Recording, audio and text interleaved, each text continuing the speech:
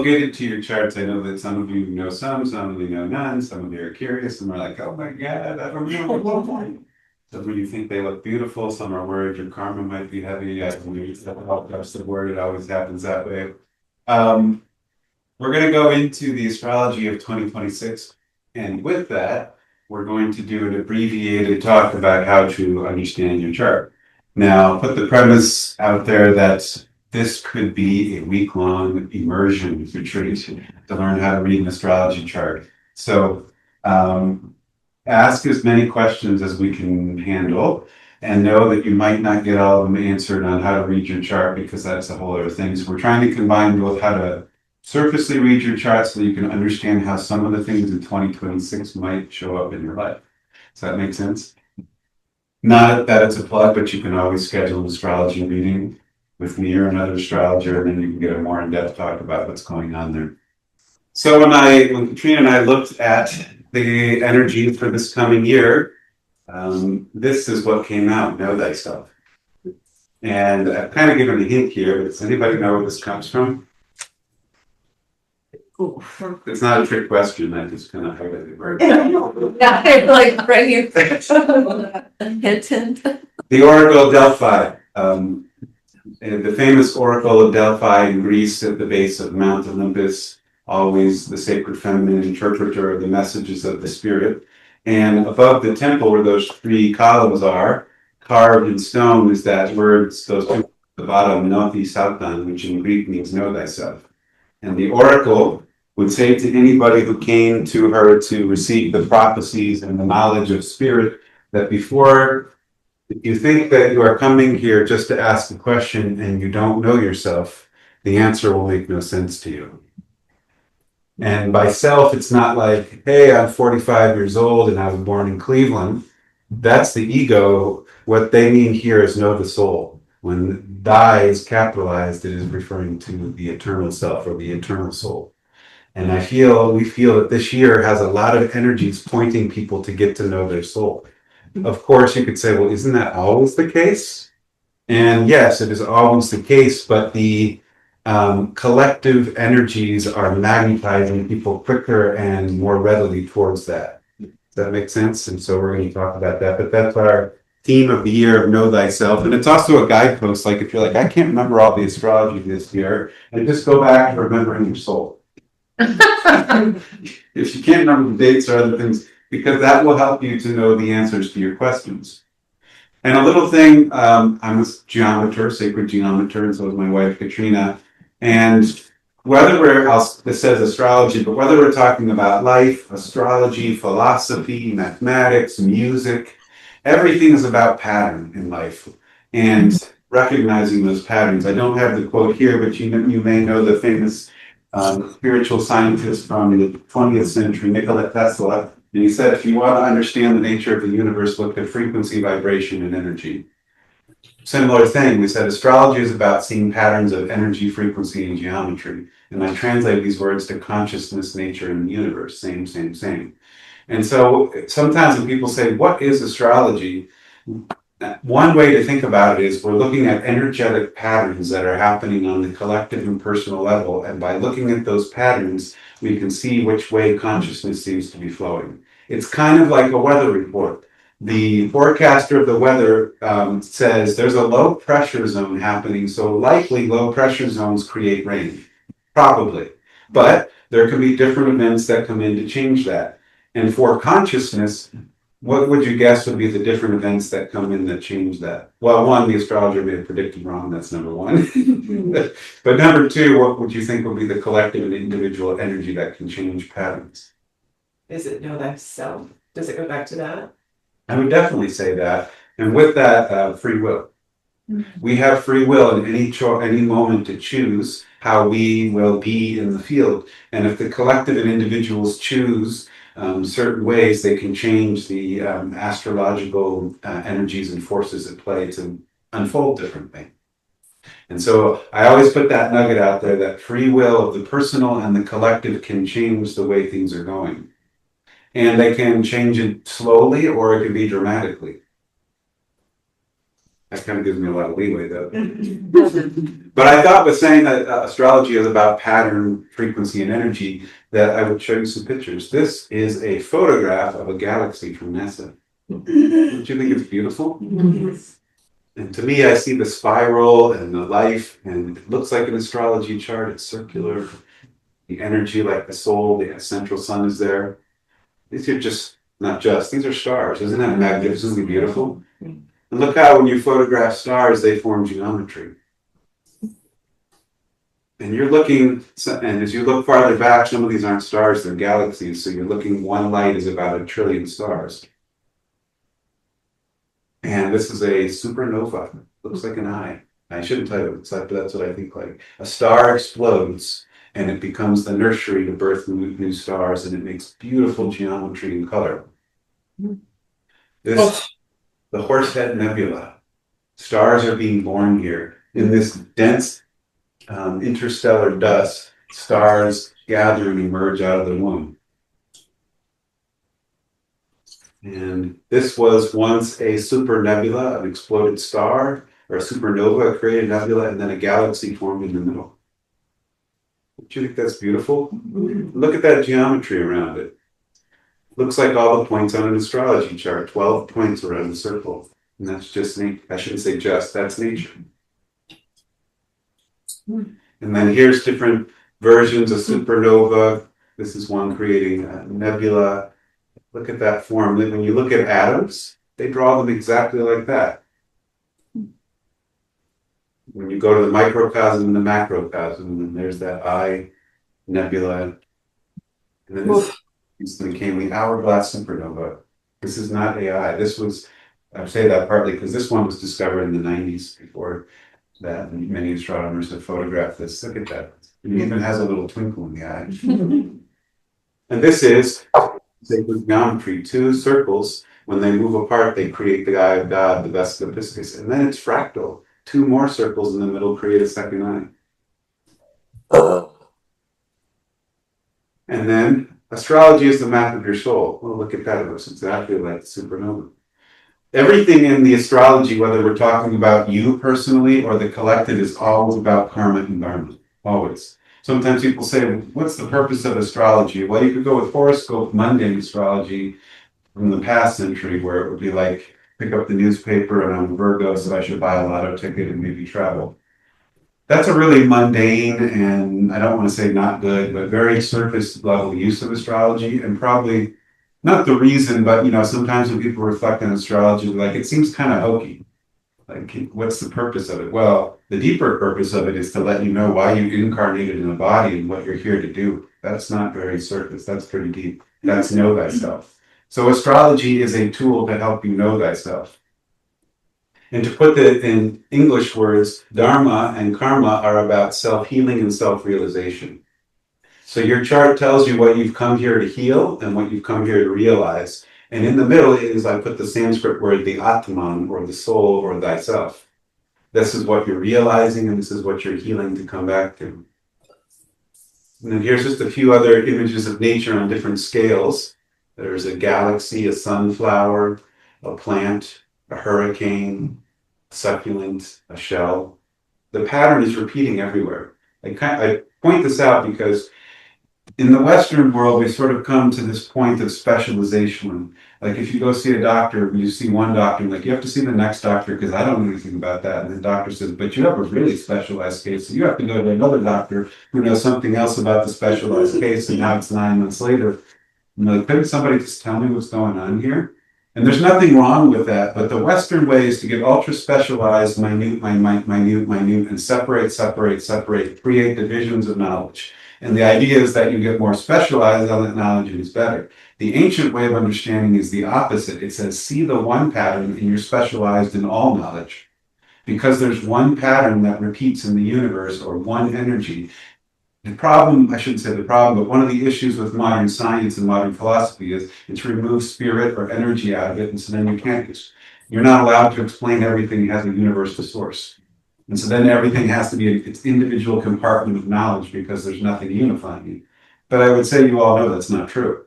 that there is a universal energy that unifies knowledge and wisdom. And so the yogis, the ancients, and many earth traditions see the one pattern and you'll understand how all the rest will unfold. A botanist and an astrophysicist and a climatologist could get together and they could all talk about the same patterns, but they seem like they're different fields, don't you think? And then here's one I love: galaxy, hurricane, atom. Carbon atom, galaxy, and a hurricane off the coast of Florida. Exact same spiral center. Nature in all levels is repeating the same principles, including astrology. And on the I'm showing you the physical representation, but what I'm trying to get to is the non-physical world also does the same thing. Your soul purpose, it kind of looks like, in a way, these things. Central thing and then points spiraling out. This is the flower of life. It's a sacred, everything's sacred geometry. By the way, the word sacred is like training us. If you hear it before something, everything is sacred, but it's to remind you that everything is sacred. Of course, geometry is sacred. Of course, trees are sacred. Of course, yoga is sacred, but we've forgotten that because the Western world, we take it out. And so now we have to put it in front of everything again and say, oh yeah, it's sacred. So this is one of the sacred forms of geometry. And ancients and many traditions around the world say this is what the ether, the space, the akash, the non-physical realm looks like if you gave it a form. I think it's beautiful. Mm-hmm. And to me, this is also a representation of your soul purpose, whether it's an individual or the world. Everybody has a singular, simple soul purpose. All of you in this room do. Your chart points to that. So all the beauty, complexity, different parts of the chart are all pointing to this same purpose from many different points and angles, but they all go back to here.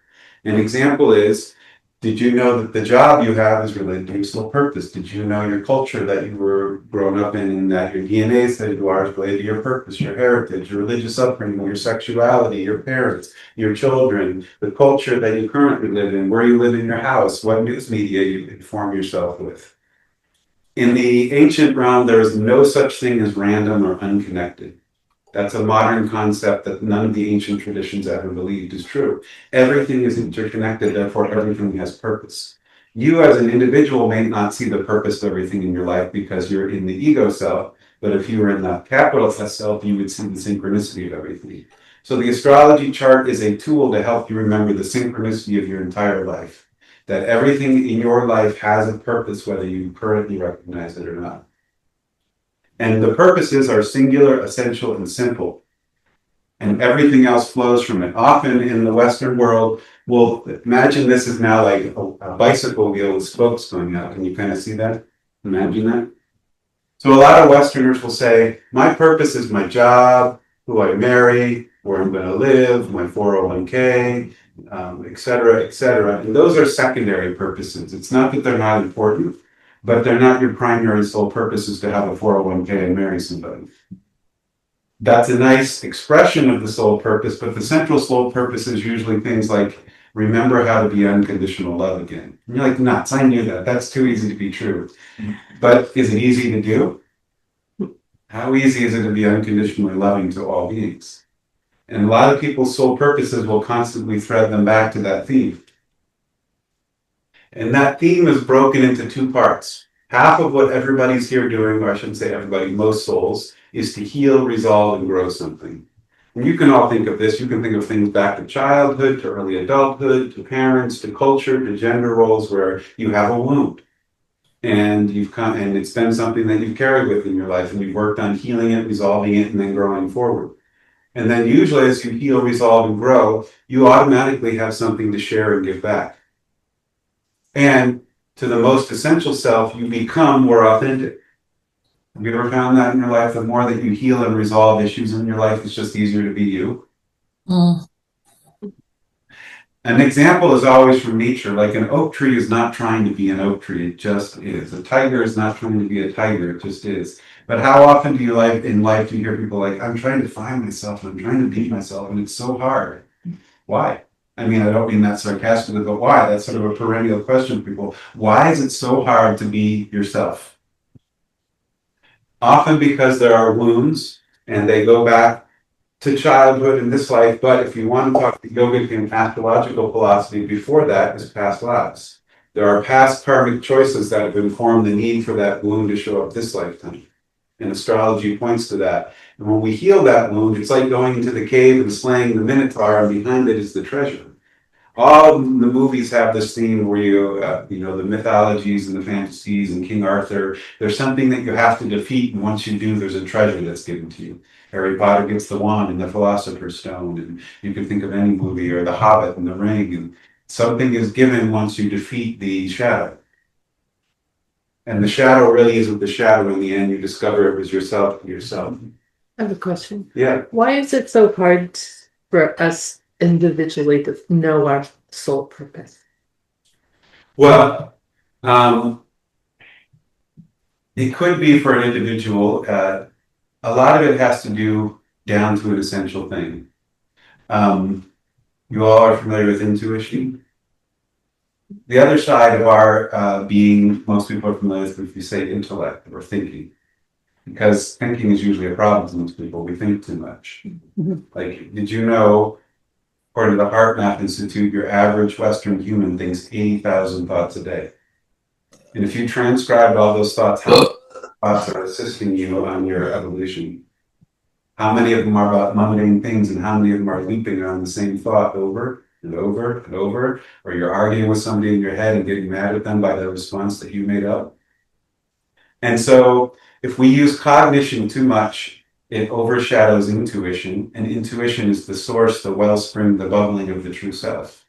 And free will. We also have free will and any choice to choose to align with the spiritual laws of the universe, and we also have the free will choice not to align with the laws of the universe. When we make choices consciously or unconsciously to go against the flow of the universe, we obscure the intuition, which is really obscuring the soul. When we don't listen to our intuition, what you're saying is, I don't want to listen to the soul. And so it pushes the self away.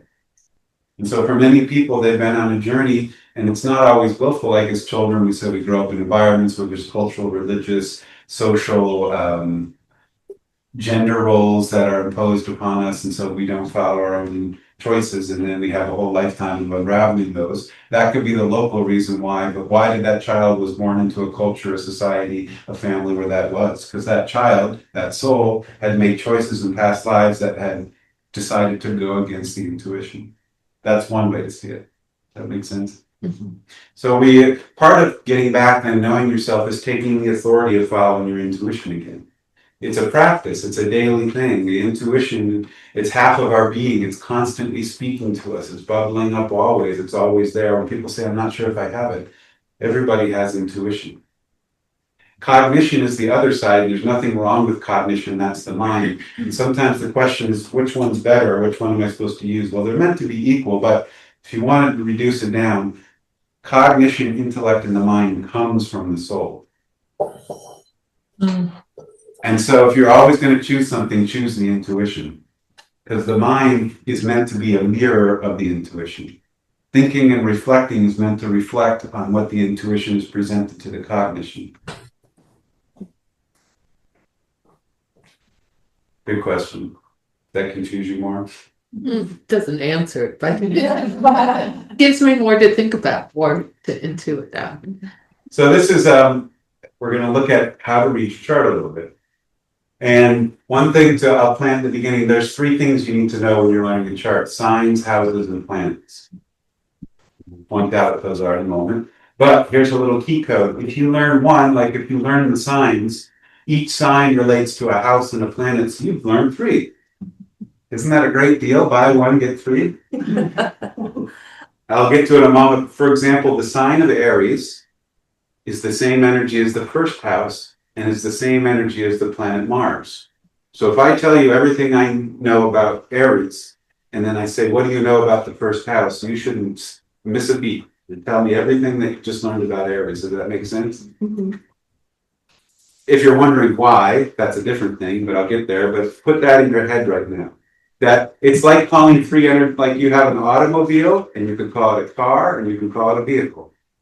But it's one thing. Like that car over there, which one? No, that vehicle right there. No, which one? That automobile. The same one that's blue. Does that make sense? So there are 3 names for one energy. And you can think of energies like, have you ever gone to the ocean and seen waves? That's one way an energy can express. like something's moving, and then I can pick up a baseball, and that's like an object, it's a particle.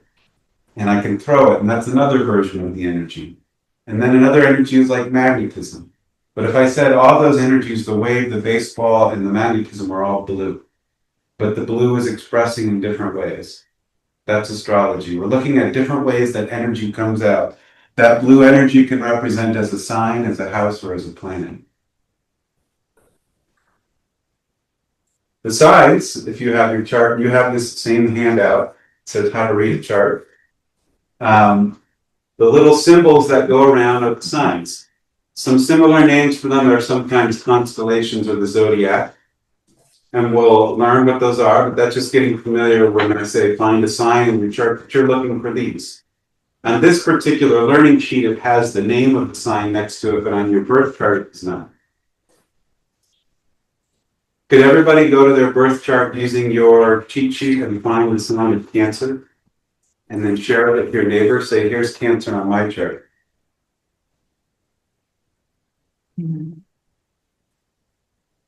What's the difference? Sorry, this is stupid question. The butter and glass liner. Those are the transits for your natal chart. We'll get to that in a moment. But right now, Right now. you're looking at the signs, which are these symbols here. I see. So we're not even looking at the planet. I mean, you could look at the planets, but we're looking for the sign of Cancer in your chart. So see if you can find Cancer in your chart, and then point it out to your neighbor and say, I can know. I was like, wow, we had it. This is why. Yeah, I know. There's a lot to soak in. There's Cancer right there. We'll talk about all that. Right now, we're just finding the symbols. So, just to clarify, I know there's going to be lots of questions because there's a lot going on. If we're looking for Cancer, ignore what's from here in and just look at this outer swath. Okay. And notice how these lines, they cut at different places, but in this outer wheel, they frame the sign. Does that make sense? And so find where Cancer is framed like that little slice of pie in your outer wheel. Is everybody able to do that? Yeah. Now can you find Libra? You can use your cheat sheet and then point it out to your neighbor. If you and your neighbor are playing at the same time, you know you've done pretty good. Oh, is this the same? No, this one. I think it's that one, yeah, because it's got the line under it. Yeah. That one I always mess up too. I think, yeah, it's. You want to find it in your birth chart. Yeah. Do we have that? And that's Libra. And you only have to look at. Yeah. It's Libra. Yes. This is really Yeah. good. Yeah, because it's got the line. I see Libra. Did you find Libra in your chart? Yep. Did you find it, Brandon? You find Libra? Okay. No. There's Libra. Scorpion. That's where it's. Those are the two. And the little double tail. I think so. Yeah. From chart to chart and designer to designer, these get slightly changed a little bit, like in your chart, this got swapped just a little bit. So we're just practicing recognizing. And then one more, see if you can find Pisces. We have lines here. A little note, they're color coded. Like here. Notice there's They're color. always in the same order, so all charts are similar. Yeah. I'll give you this hint. Pisces is a water sign. What color makes you think water? Blue. Yes, you're right. Is this one? Yes. Show your neighbor once you find it. Yeah, this is. Oh, yeah, I forgot the three. Nice to meet you. That's Pisces. That's Pisces. Yeah. Sorry, more pretty tense. Pisces. Yeah, so like green is earth. Yep. I do a lot of stuff. Absolutely. Towards the end. And then fire sign, red. Okay, and now I'm getting it. But I could be. Did everybody find Pisces? Everybody found You Pisces? have to chart me. So I mentioned that the different signs have colors, and a few of you made an association. Wait, the color relates to an element. So look up here, and it's on the same chart there. Here's Aries, and it's red. What element do you think is red? Either. Fire. And then can you identify other fire signs in this chart? Leo. Leo's another fire sign, Libra? and Libra is another fire sign. Gemini. It's a little distorted here because it looks like there's a few more red ones because the projector onto this yellow wall is changing the color of she. Libra is not a fire sign. Libra is an air sign. Yes, Libra is. Yeah. Oh, good. So on your charts there, which is easier to see. Oh, yes, yes. The orangish color. Orange are is like the air signs, yes. So what would be the three Yeah, air signs? Aquarius, Yeah, Sagittarius, or is that red? so it's red. I know they're hard to see. Gemini? Gemini, yep. Libra. Robin said the first one. So Aquarius, Libra, and Gemini. This one should be easy. What are the three water signs? You've identified two of them already. What about this one up here? Scorpio for sure. So what sign, what element have we left that's still up there? What color? Green, Earth, Green's Earth. Could you tell me the three Earth signs? Taurus. Taurus. Capricorn. We got a Capricorn. I know it maybe seems like this is elementary, but this is going to turn on light bulbs for you to find things and to navigate the chart. Yeah. Does that make so? Can you find Aries, the fire sign in your Yeah. chart? Point out Aries to your neighbor. Aries, the fire sign. It's the spear thing. That's what always lost in Sagittarius. And let's do one more. Because a few of the signs have similarities. Point out Virgo and then Scorpio to your neighbor. And tell them which is which. What's that? That's Virgo. Okay. So we have So, the. which one's And then Virgos is not Scorpius. That's. Oh, yeah. They look almost sort of similar. Yeah, they do. Yeah. Virgo's got energy. Funny. So, Yeah.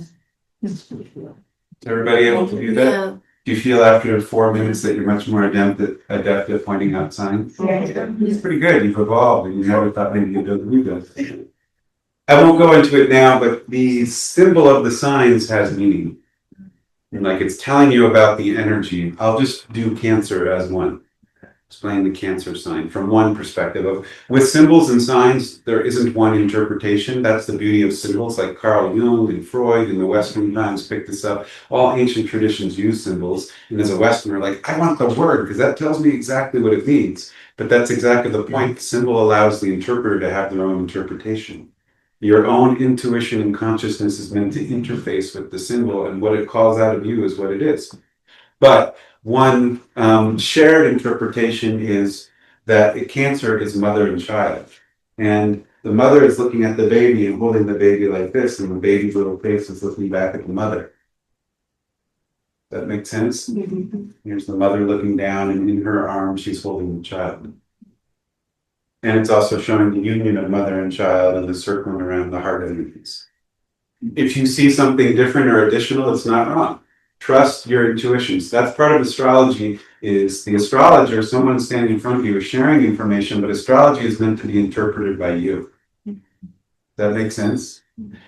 It is essential for astrology to work that your consciousness is interfaced with it and your personal understanding is placed in it. If that's stripped out, because the Western way is an expert or somebody knows better than you, so you should listen up to the expert. Astrology is you are part of the interface because astrology is nature. We're looking at symbols for nature. And imagine me telling you what nature means and you saying, oh, that's the only way to interpret nature. Who would go with that? You all go out in nature, take a hike, and you have your own experience. So let's talk about the signs first. We did that a little bit, but here, this is a stylized version of the chart for teaching. There's all the signs expanded. And then there's the name outside the wheel. We'll keep touch pointing on this. Remember how I said signs, houses, and planets all have the same energy? That's the sign of Aries. There's the little symbol of Mars right next to it. Aries and Mars have the exact same energy. So what is a sign? The sign answers the question how. How does something express? That makes sense? Is it expressing fast? Is it expressing hot? Is it expressing mean? Is it expressing harmoniously? Another way in modern times that the word sign has come out as archetype. And if you're familiar with this word, you understand it, or we break it down. Arc in Greek means one, A-R-C-H, and type means mode, and it means one mode. Now, if you're thinking, I don't know if I know archetypes. Do you know any of these people? Have you seen any of these movies? Some of them are movies and some of them are anime things. This is from The Hobbit, the ally or the friend. We all know people in life and in movies and books who show up as the perennial friend and help us along the journey.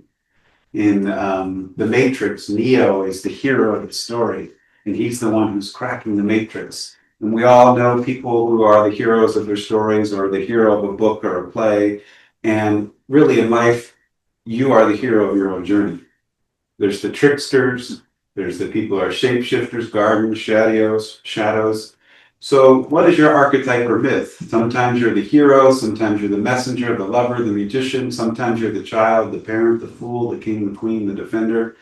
And if you're thinking, I don't know if I'm really all these archetypes, in the course of one day, you will probably change your mask of consciousness multiple times.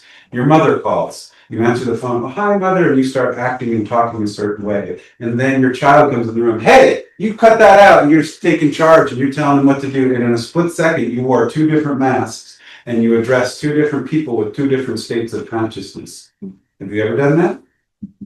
Does that archetypes make sense? So you play probably all these roles in the course of a day. Maybe some not every day. Have you ever been the fool in your life? And have you ever been the wise one at some point? You have, and then the defender. I'm going to go in and take care of this. And then sometimes you're the coward. I don't want to go in there. I'm scared of talking to them. Like we wear different archetypes throughout the day, and they all show up in myths, in movies, in books, in story. And so if you think you're like, I don't know these, you know them. They're part of your consciousness every day. Tarot is all about archetypes, the fool, the magician, the high priest, the empress, the emperor. Maybe you don't relate to these more arcane names, but they point out things. The fool is somebody also who's willing to try a journey, not worrying about the outcome. The magician is willing to trust and put faith in things. The high priestess is able to walk with grace.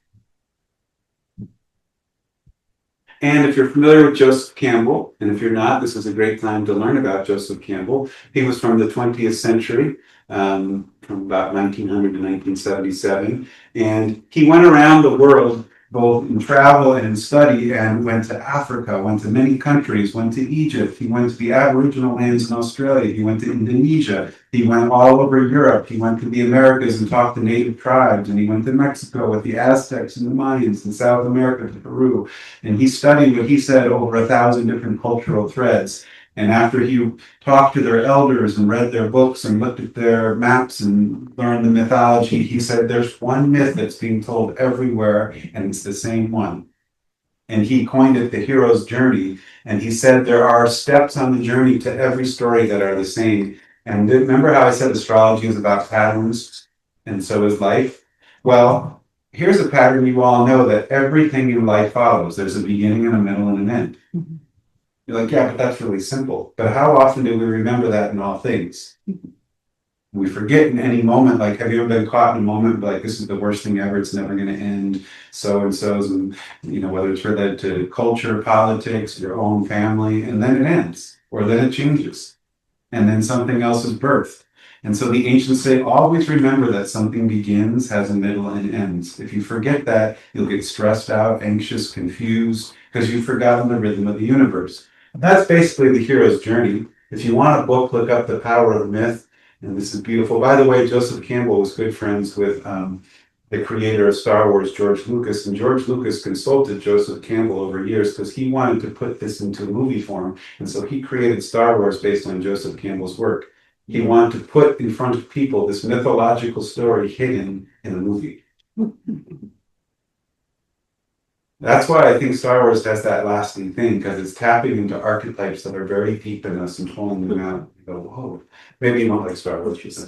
I understand, like, you know, your other lives having a similar pattern, but why is it that some of us have the same thing happen over and over and over again, just in different ways? So it's like there is a beginning, middle, and end, but then it happens again, but in a different way. Great question. There are certain karmic lessons that we are needing to learn, and until the lessons learned, the cycle will repeat and repeat and repeat. And so until we learn something, like an example is, maybe not the best one, but have you ever heard somebody yourself say, I keep dating the same bad person? Why? You know what's going to happen because we're stuck in a karmic loop. There's something that our soul has not, that our ego is not willing to look at, and that's the proverbial repeating of a pattern. Or why at work am I always the one who's not seen for doing something? Is it the other people's fault, or is there something? There's layers to it. You can externally see the reason and say, well, it's my parents' fault, it's the government's fault, it's the word, it's other people's fault. But why does that keep magnetizing to you repeatedly? It doesn't get the other people off the hook, but there's something to be understood why the magnetism of your life caused that experience to you repeatedly. So this is the hero's journey. You start off in the ordinary world. This says call to action. Something happens where you have to go on a different journey.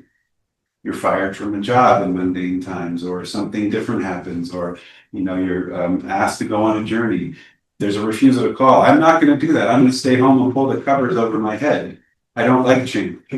And then someone comes in and you consult them and they're a mentor, and they say, you might want to try and take this journey. It might bring something nice to you. And you go, okay, I like my mentor. And then you cross the threshold and actually go on the journey. And then as you go, you're tested, you meet new friends, and then you find out there's new challenges and enemies. I'll use the Harry Potter thing. Like Harry finds out he has a call to be a wizard. He doesn't believe it. And he doesn't want to go and leave his mundane life. And then Hagrid shows up at the door and says, you're going. And then he goes, and then he gets on the train ride, he crosses the threshold, and it's magical, and he meets new friends, but then he meets new enemies.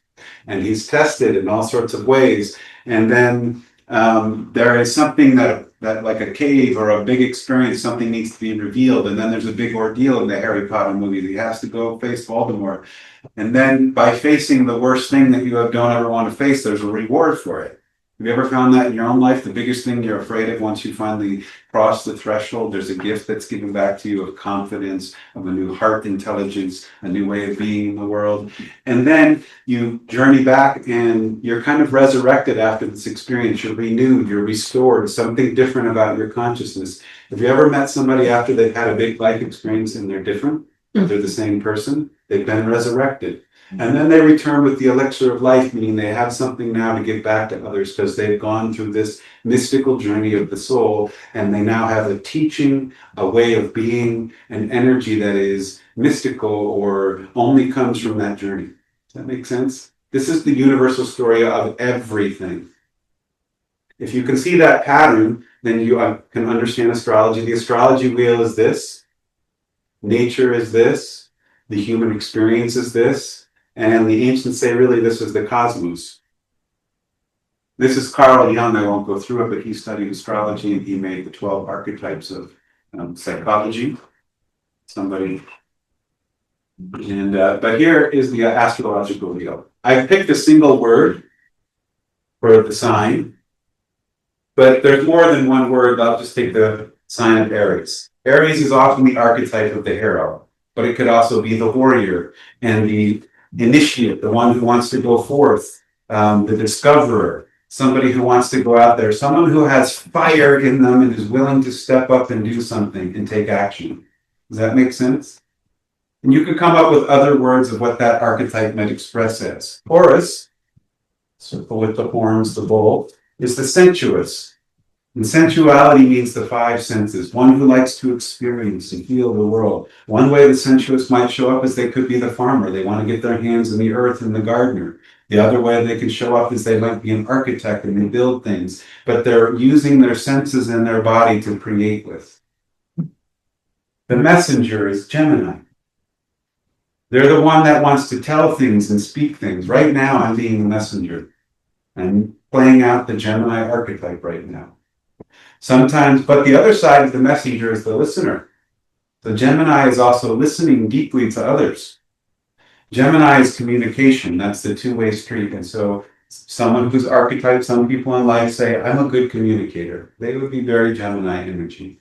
And you in your life sometimes play that role. Even though your sun might not be in Gemini, sometimes you're being the Gemini.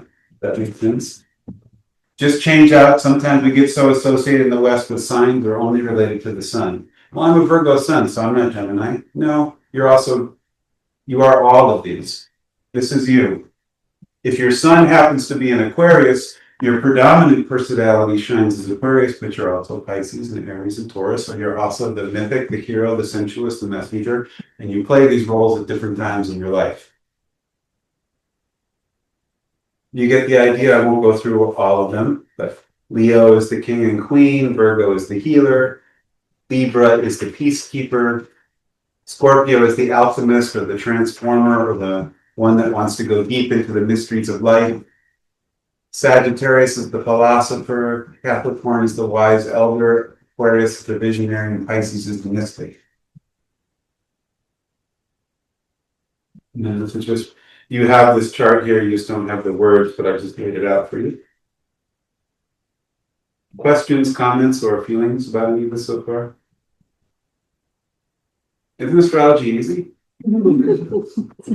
You know all this already. You just didn't know you could. I think you explained this, but I didn't get it. So what sign you were born doesn't mean that that's who you are. The sign that your sun up that you are born in. So what's your sun sign? Aries. Aries. So your forward personality would be Aries, and often the sun sign is how other people interpret you. It's not how you always interpret you. So you shine out into the world like an Aries, but you inwardly might not feel like that. But sometimes as an Aries, you are the messenger and the communicator. Like in law, when you're speaking, then you are being a Gemini. But your forward, continuous personality is revolving around Aries. Just like right now, someone in this room might be a parent, but at one point you were somebody's child. So even though you're playing the role of the parent, you're also the child role in life. And sometimes we play the role of a child, even though our parents might be passed. There's certain people we get around and we turn back into a child because of the energetics between them. Do you ever find yourself playing the role as like a child to someone and you don't know why? And they're not your parent? You're playing out an archetype. This is a little bit more on, I won't stay on this slide, but like for Aries, the hero, a verb that goes with that is I am, or I ignite, or I begin. And it's about discovering the self. That's the purpose of that fire energy, is to know thyself. Oh. So all of the archetypes, they have a mode of knowing the self, the soul. So when we move astrology away from the mundane and the personal, the point of all of these different rays of consciousness is there are different ways to get to the soul. If we're not looking towards the soul, then we get associated with the personality type that, if I'm a Cancer sun, I'm going to play like I'm always the nurturer, I'm always the parent, I'm always the smother, and I'm forgetting that tool is also for me to look in here and find out who I truly am. But we don't often want to look in, so we externally become that role all the time. That's the ego. The difference between the ego and the soul, in one way, is the ego is always taking the role and pushing it outwards. The soul says, turn that role inwards and use that to explore why you're here.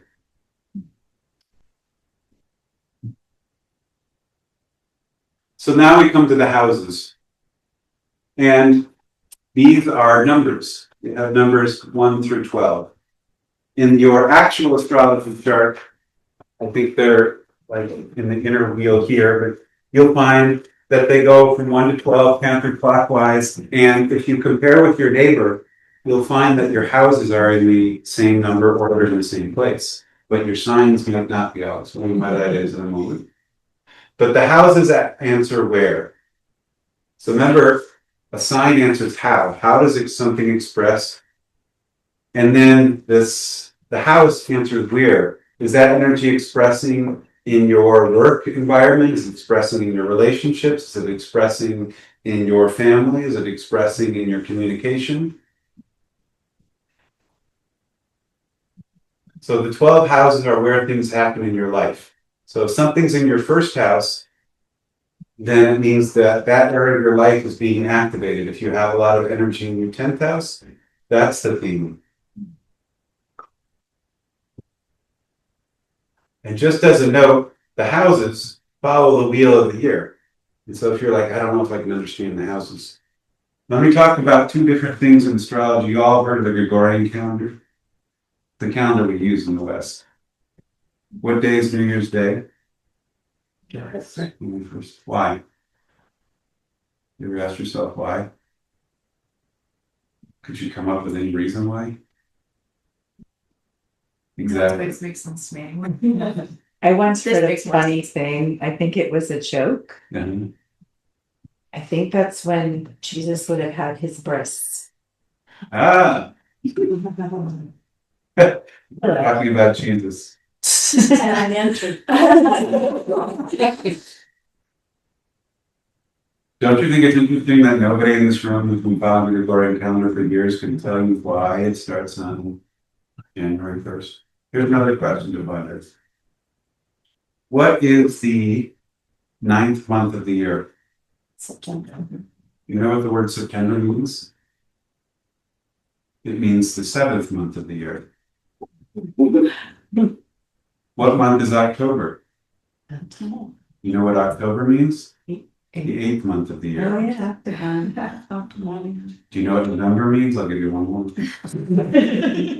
The 9th month of the year. Well, what month is November? 11. Okay, so now we have no idea why the year starts on the date it does, and the names of the months don't even correlate to the months that they are. Do you think the Gregorian calendar is helpful for you to navigate life? Have you ever questioned that it might not be? Yes.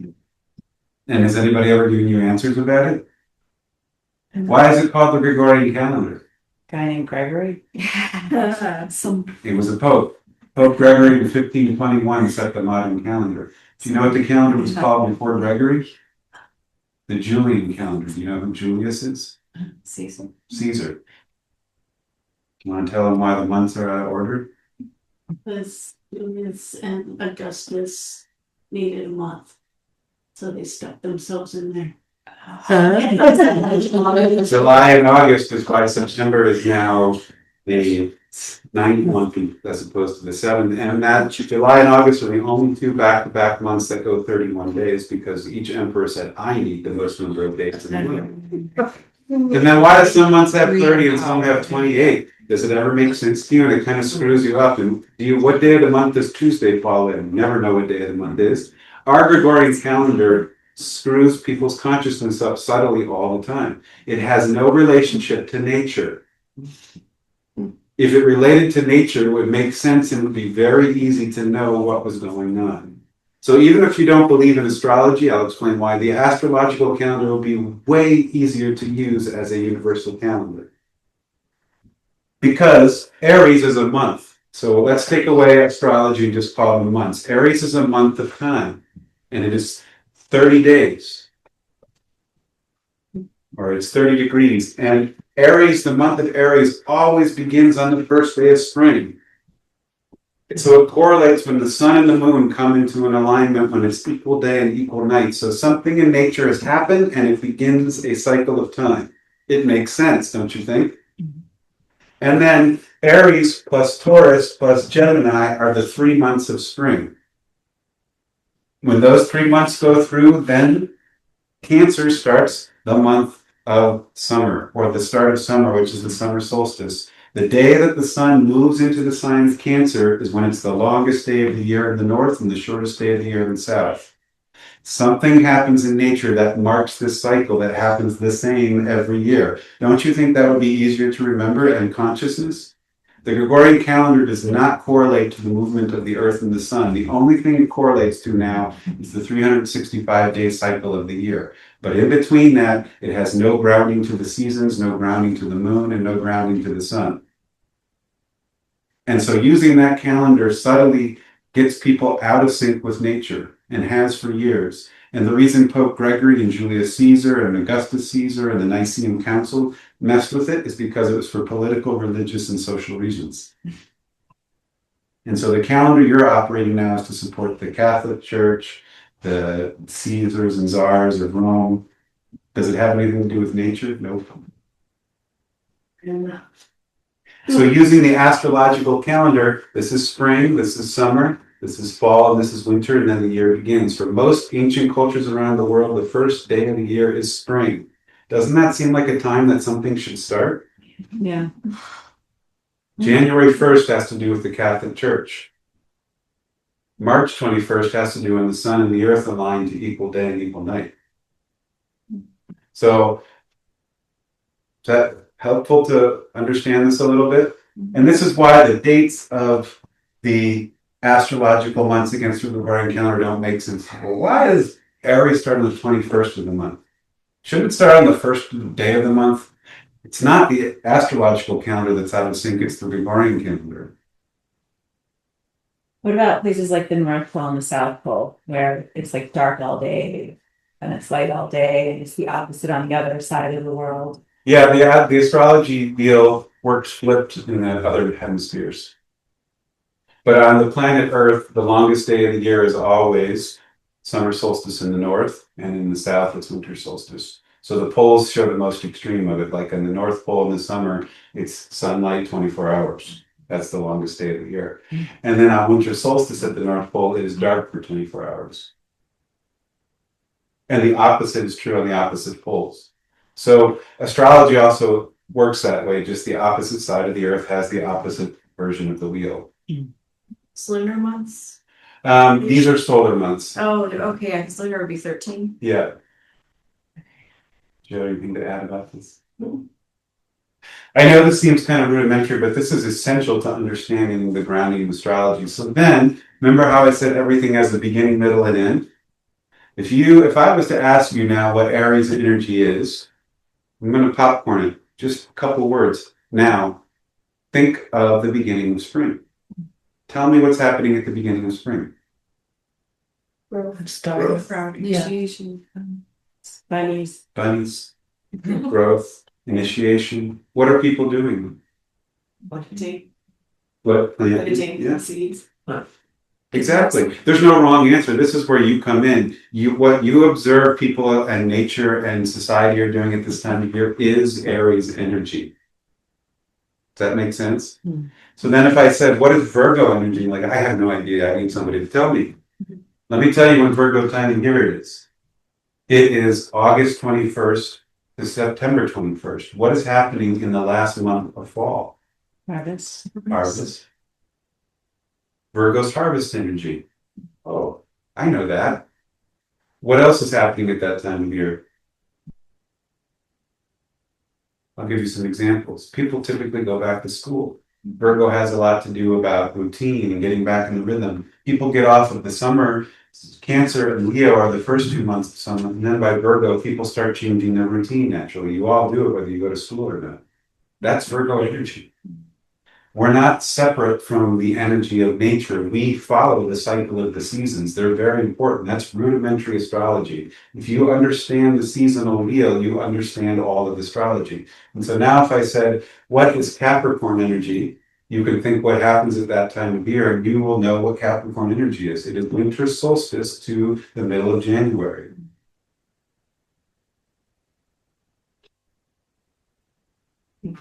And so the houses are the wheel of the year. If we strip out the name of the month of this is the month of Aries, Taurus, Gemini, Cancer, this is the first quadrant or first third of spring, second third of spring, last part of spring. This is the beginning of summer, middle of summer, end of summer. This is the beginning of fall, the end of fall, the middle of fall. This is the beginning of winter, end of winter, middle of winter, end of winter. And so this is the beginning of something, this is the growth of something, this is the harvest and fruition, and this is the letting go and dying of something. You all know this, right? Everything is a beginning, middle, and end. So if I asked you what the houses are, maybe you don't specifically remember them all, but you would tell me that the 11th house probably has a very different energy than the second. Is the second house a beginning, middle, or end energy? Is the 11th house more of a beginning, middle, or end energy? You all are astrologers. It's that simple. And these first 6 houses have to do with personal life. You're born, you start to grow and have values, you learn how to talk and speak, you realize things about your family, you go out into the world and make relations with friends, you start to go to school, and then you discover yourself, and then this is the house of relationship. You go out and you make relations, you might get partnering up, you have experiences like transformation, death in your life, you start to develop a philosophy, You go out into life and you want to give back what you've learned. You start to see things as more universal, and then you start to let go of association with the ego and body and prepare for death, and then, oh, you incarnate again, and away you go. The upper houses are called the transpersonal houses. They are how you relate to society, relationship, and the collective. The lower houses, 1 through 6, are how you relate to yourself. The personal, individual, personal, and self-growth. And then these are just one-word meanings for the houses. You have this chart printed out. So the simple house meanings. First house has to do with individuality. Second house with value. Third house is the quality of your mind. Fourth is family, the heart, choice, relation, transformation, truth, etc. I know there might be questions. How's it feeling? 215. So the third element to learn or know is the planets. The planets answer the question what? So really, the signs, the houses, and the planets answer who, where, and what. That's really all we want to know. And now we're getting, some of you point out, the black planets are in the inner circle, these black symbols. This is Katrina's chart. And that was relate to when you were born. Other names for when you were born are natal or birth charts. So you can say this is your natal chart or your birth chart. And the planets in black are exactly where the planets, the sun, the moon were at the time of your birth.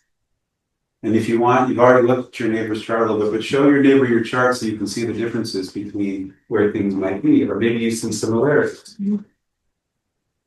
So the inner, where, when you were born. Yeah. And then the outer is. Today. Wow. We'll get to that. Yeah. Well, I'm sure actually. But it's like from the black. Libra, peacekeeper. Which, Yeah. which is this one? More similar. Lisa and this, right? Those are all aspects, like how they have stimulation, but I don't understand. Yes. Yeah. Libra, Yeah. We'll get to that. That just looks like. Julia.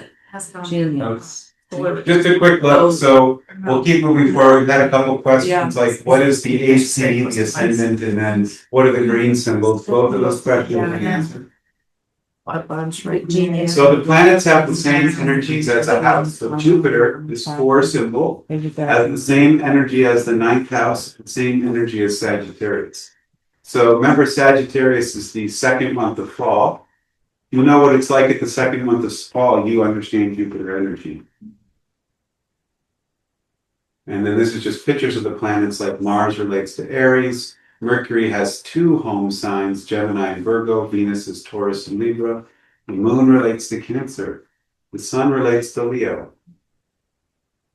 Here's the symbols. Mercury is the mind. Venus is the feminine energy. Mars is the masculine. So if you're looking at your chart, for example, and you're like, what the heck is Mars? It's your masculine energy. And you're like, but I'm a woman. It's your yang energy. It's your willpower. It's your fire. You know? Here's sign, we put the sun. We have Mercury on the sun. Oh, yeah. That's not the sun. The sun is a circle with a dot.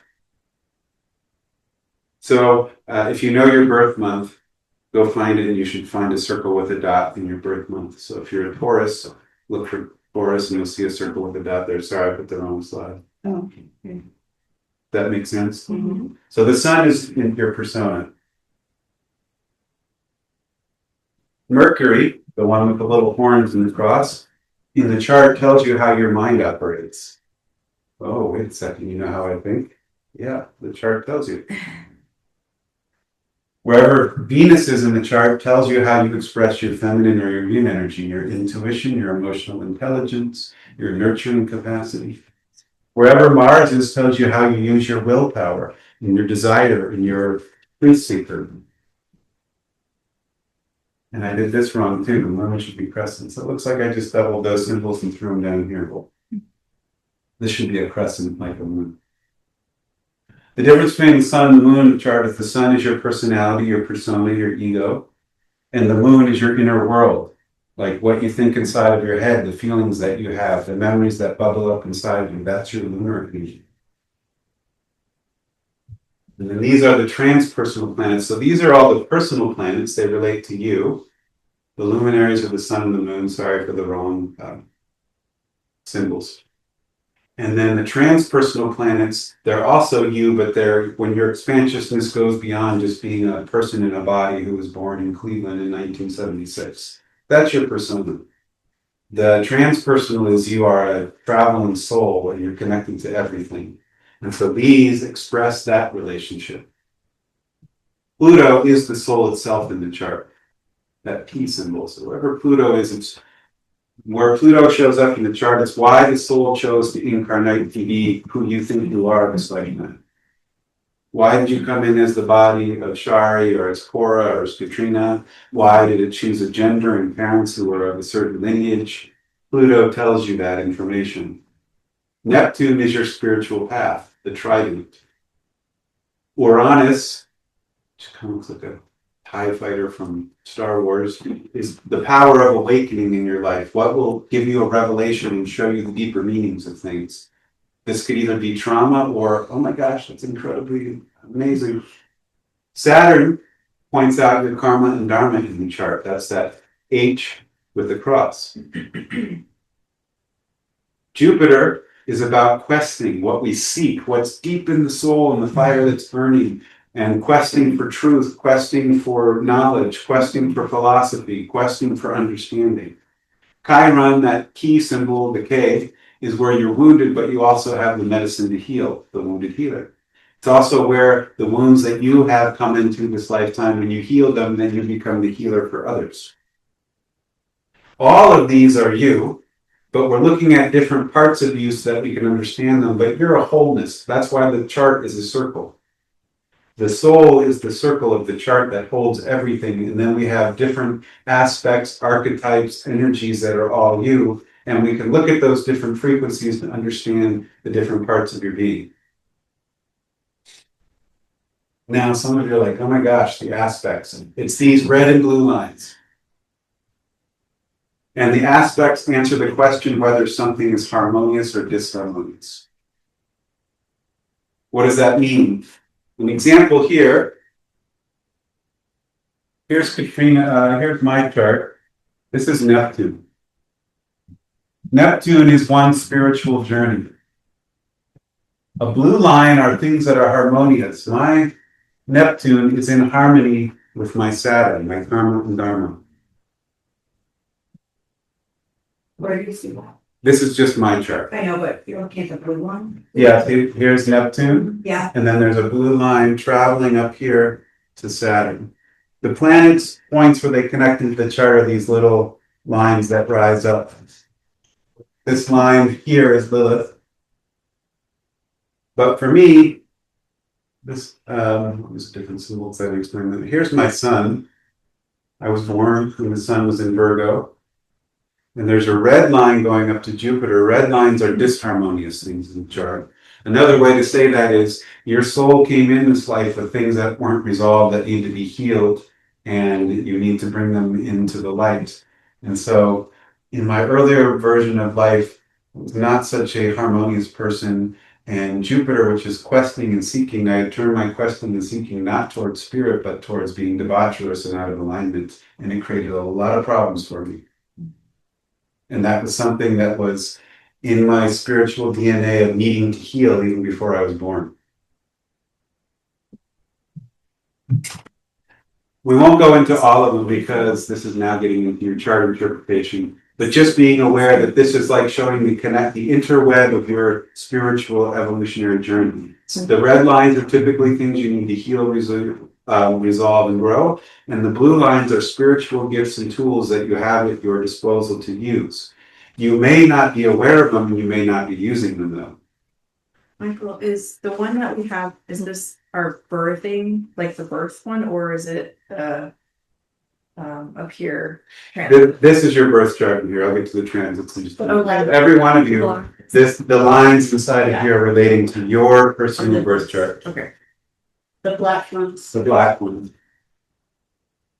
Another way to say the aspect is something karmic or dharmic. Karmic means there's a need for correction to bring it back to harmony. And then dharmic means this is the gift you're going to share and give back. So this is all telling me what my gifts are and what my challenges are this lifetime. And same for you. The little grid on the bottom of your chart also explains that with another way. It'll show triangles or squares. The triangles are the blue lines, the squares are the red lines. So you can kind of find all your squares or there's other aspects, but that's just another way to look at it. If it gets confusing, like what's it really pointing to? The red line? It'll say specifically in that grid below. So it's two ways of interpreting the same information. One's a grid and one's a circle. So if you remember, all of the astrology and really all of your soul purpose is either about healing and resolving and sharing and giving. And this, we've been talking about you personally, but this is true for individuals, for the world, for countries, for politics. It's either this or that and both.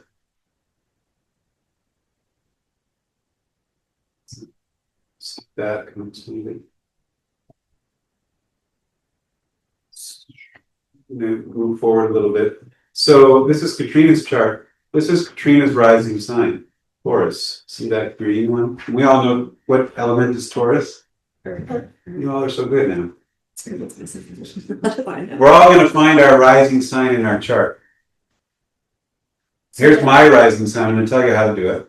Mine is Leo. Katrina's is Taurus. Now the sky moves with, let's see, skip that.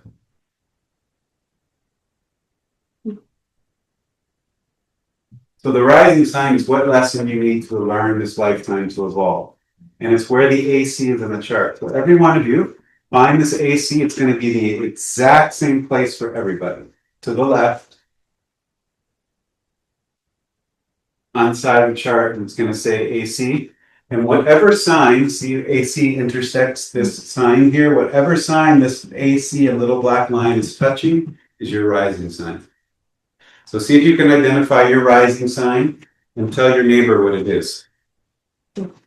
I am a blank rising. This is our rising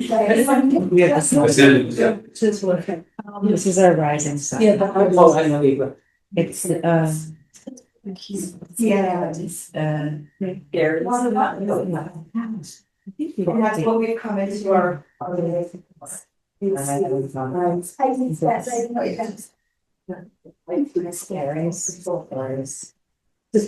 everybody able to share their rising sign? Let's just go around and just say your rising sign as we go around the circle. Aries. No, this looks good. Cancer. Scorpio. Gemini. Virgo. Aquarius. I don't know. the image is different on this chart than on What sign? You're a Leo rising. Leo. Okay, she is too. So you two are in the same school of learning. Yes. With Michael. With me. So here's my chart. I'll use mine as an example. And this will be pertinent to you too, Kimberly and Shari. My rising sign is Leo.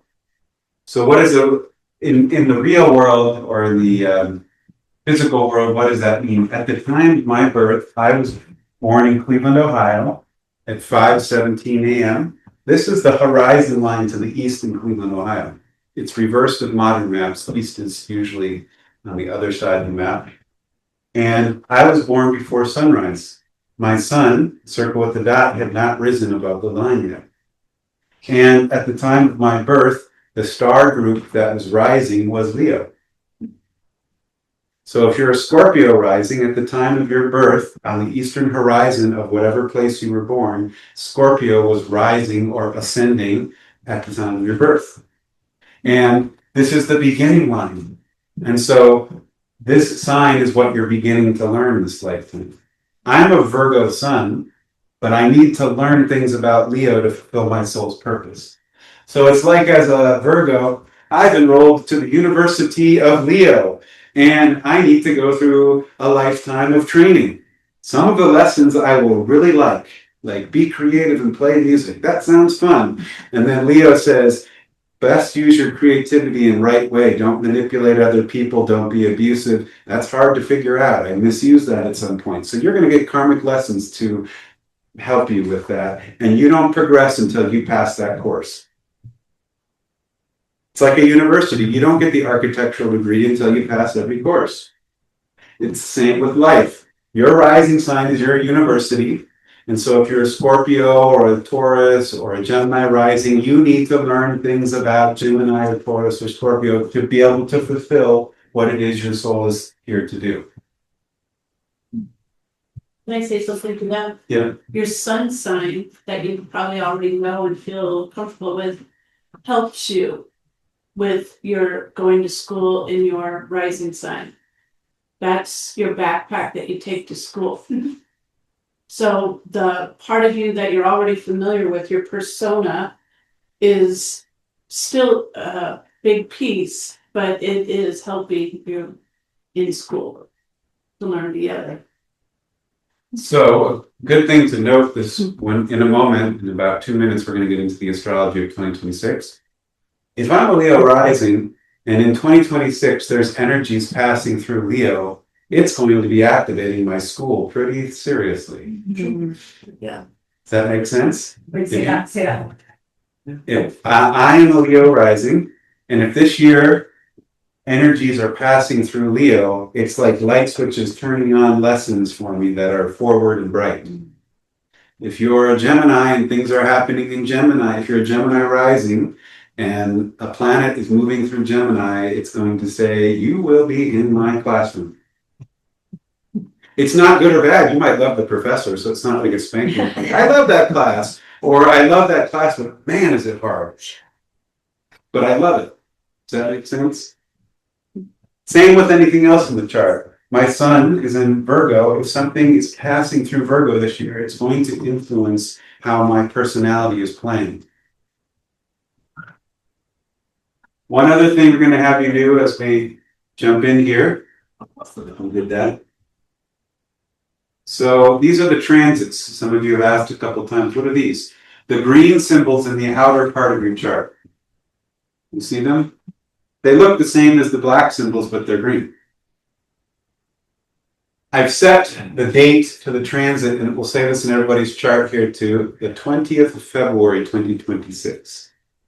This is what the skies and the energy will look like on the 20th of February, 2026. Just look at this for a moment on Katrina's chart. She's a Taurus rising. On February 20th, 2026, Uranus is passing very close to her rising sign. So this is going to be in her school of influence. Also on that date, there's a whole bunch of energy over Pisces and passing over this part of her chart. So this is going to influence this part of her life. And so specifically, it's passing over my personality, my dharma and karma, and my wound. If you look at what it's passing over, Saturn, Chiron, and my sun. So those are big hits. So I'm paying attention on February 20th. If you go back, remember the 11th house, the houses are where things are happening. This is the house of awakening for Katrina. She has a whole party going on in the house of awakening.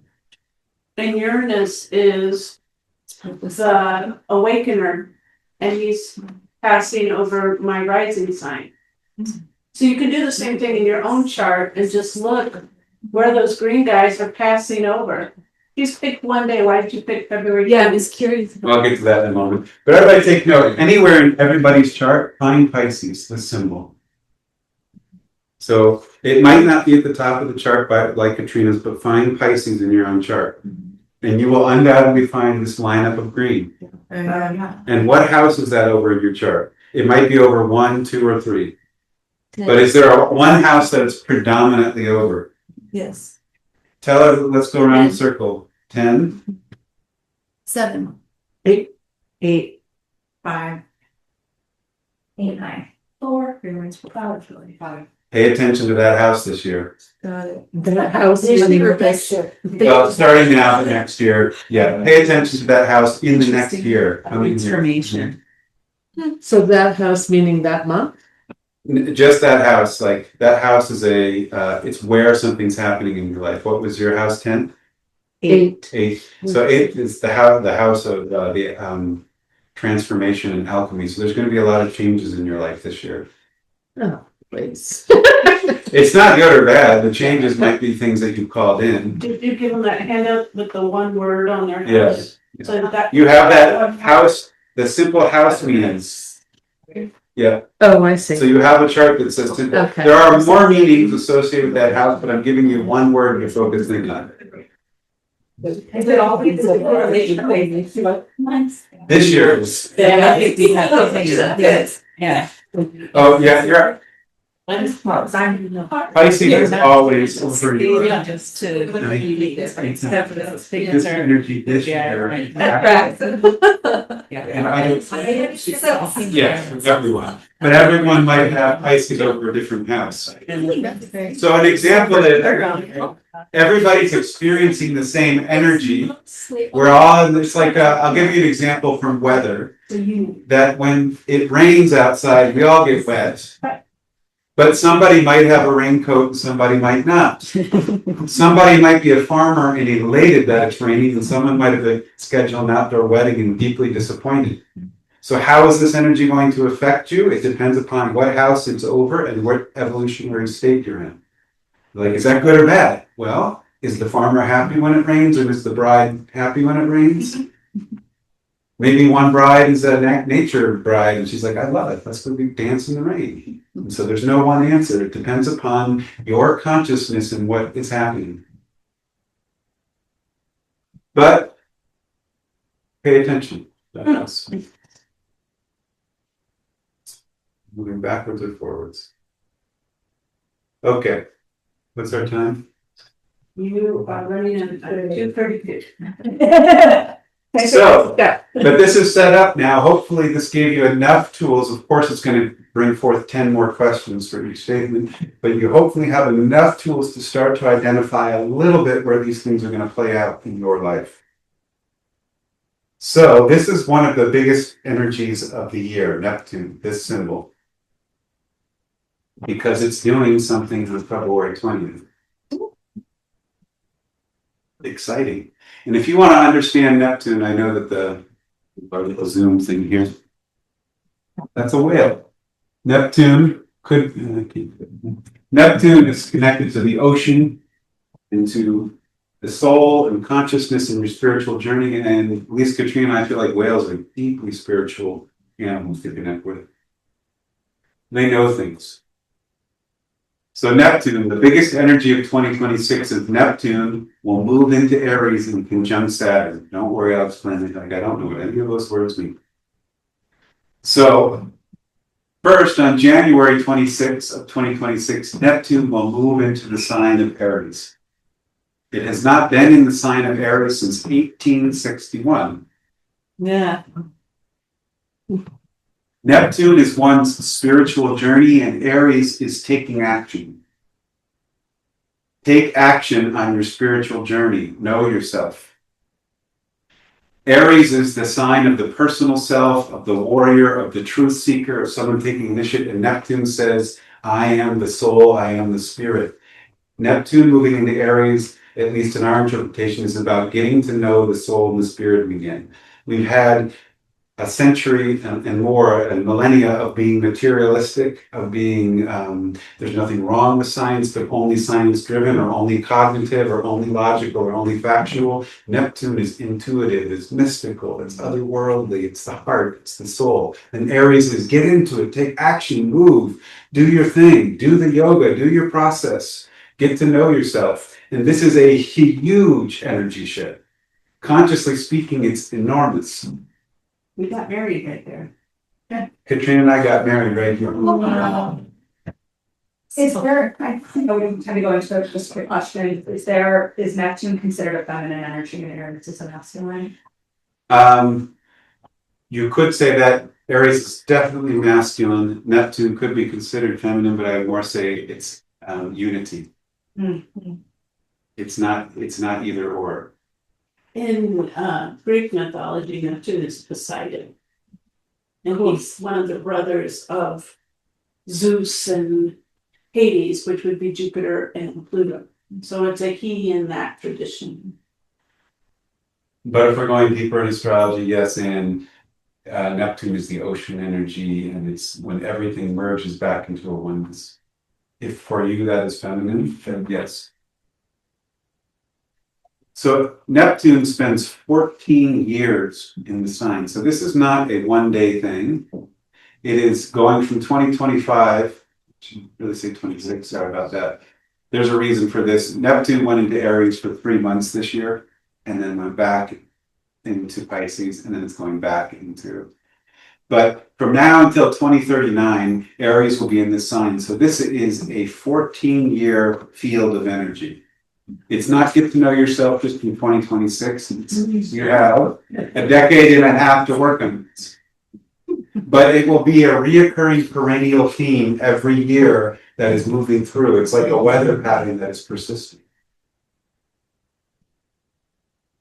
And it's the start of a 165-year cycle because it takes Neptune 165 years to go from Aries to Taurus to Gemini to Cancer, all the way back around again. So it's not only starting a 14-year cycle of just being Aries, but this is like the start of a cosmic year for Neptune, where it goes through the spring, the fall, the spring, summer, fall, winter, and that takes 165 years. And so this is the start of a cycle for society and the world that is much longer than probably any of our lives. And so this is part of astrology. It's both local and temporal, and it's also beyond lifetimes. But it's good to know the cycles that are playing out that are longer than your lifetime, because often in the Western world, we freak out when something happens in 1 year, or 1 day, and 1 week, or in a political cycle. And they're like, this is the end of the world. So-and-so did something and it's done. And you're like, there's a greater cycle playing out here. And even though this may seem not harmonious, if you can see that this is the beginning of something that has a much longer cycle, you might realize that this is whatever you think is wrong might be the start of a movement of something in another direction. It doesn't negate the moment, but this helps you see that there's bigger cycles of things going on. Just as a note, the last time Neptune moved into Aries was April 12th, April 13th, 1861, and April 12th was the start of the Civil War. I'm not saying we're starting a civil war, but it is a powerful energy. The Civil War you may think is bad or good. Some people say, well, no, it changed a lot of things and initiated. And 1861 was the start of a cycle that is now coming to a close in 2025. How's that as a reflection? The Civil War of the United States began something that has taken us 165 years to begin, and now we're going to the next evolution of it. It's taken us 165 years as a country to even begin to think about getting along with people of different colors of skin or different culture. And it wasn't, the Civil War ended that. That was the beginning of it. Mm-hmm. And so now we're in a very ripe, fertile field of change, but we're at the very beginning of it. But we're also at the end of the last cycle. And so one's closing and one's opening. And so some people are like, the world's ending and it's collapsing. And others are like, no, it's rising and something new's coming. And the answer is both are right. But the new one is going to rise and the old one will die. And so if you're focusing on the old one, it's eventually going to go away. Our advice is focus on the rising. Neptune in Aries is about healing mind, body. Over here it says spirit. It's about renewal and revelation, about love and strength, light consciousness, union with nature, awakening, magic and beauty, community, forgiveness and compassion. It's about revolution and evolving your spiritual path, wisdom and courage and peace. This is the harmonic expression of this energy, Neptune in Aries. So this is the potential for the next year, the next 14 years, and the next 165 years. However, we all have free will. We could choose the opposite or polar disharmonic of this energy is war, aggression, polarization, duality, water issues, fire, strange and extreme weather, religious turmoil, strange health issues, dissolving of countries, confusion of truth, Mother Nature karmas, meaning how we've treated nature, will come back powerfully in this year. Tsunamis, eruptions, and mass escapism, addiction, denial, going to AI, going to social media, going to non-interaction with nature. And you're like, I can see both of these in the field. But we have a choice. It's not predestined to be one or the other. Which one do you want to choose? And you, each individual in this room, is a node of choice. If you hold down this choice, it's way more powerful than this choice because it's harmonic. Harmonic things have way more resonance, magnetism, potential, geometry, frequency. Disharmonic things will eventually fall apart, but they might not be pleasant while they're doing it. So, just as a note, Neptune was previously in Pisces from 2011 to 2025 for 14 years. And I'm going to leave that out. So, we're building up to February 20th. This is Saturn. Anybody know who that is? Gandalf. If you're wondering what Saturn energy is as an archetype, it's the wise wizard who is for good things and righteousness, but also a little mischievous. Saturn will also be moving into Aries in 2026. Wait a second. So Neptune is moving into Aries and Saturn. That is huge shifts for the planet. And Saturn will be there for 2 years. It's a much shorter cycle. And Saturn in Aries is about truth-seeking and justice. The previous cycles that Saturn was in Aries was 96 to 99, 67 to 69. Oh, that was Woodstock and the social upheaval. 37 to 40, even though you might not know those years, that was a lot of crazy stuff happening in Europe and the world leading up to fascism and the collapse of countries and war. Saturn is structure and boundaries and things, and Aries is the ram to break things apart. Saturn is the deliverer of justice and karma, and the ram is the truth.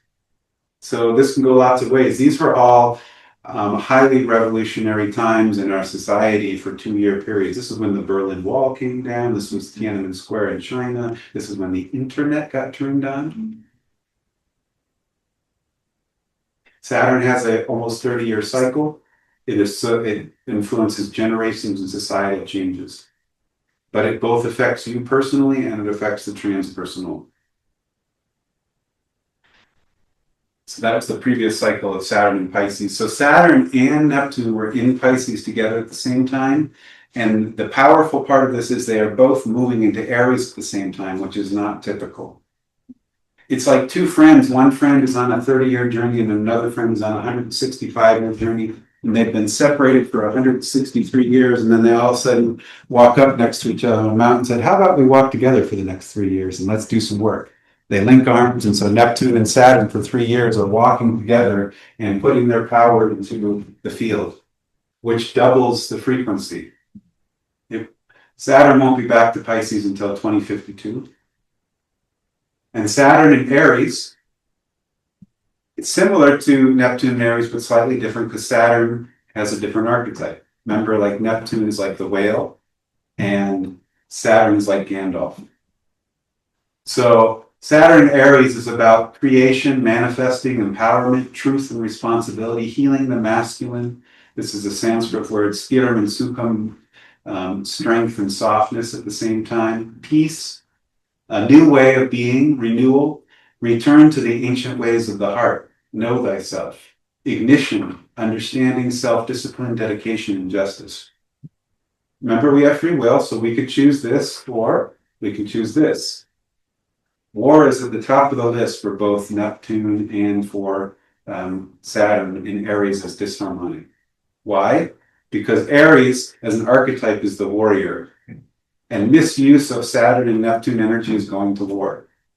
This could literally mean countries versus countries, or people versus people, or society versus society. It could be literal war. It's just like you feel like you're at war. Family versus family. It can be revenge, injustice, lies, deception, authoritarian, aggressive, wild swings of energy. Why? Aries is fire. Imagine fire when it's out of control. It's wild. It's scary.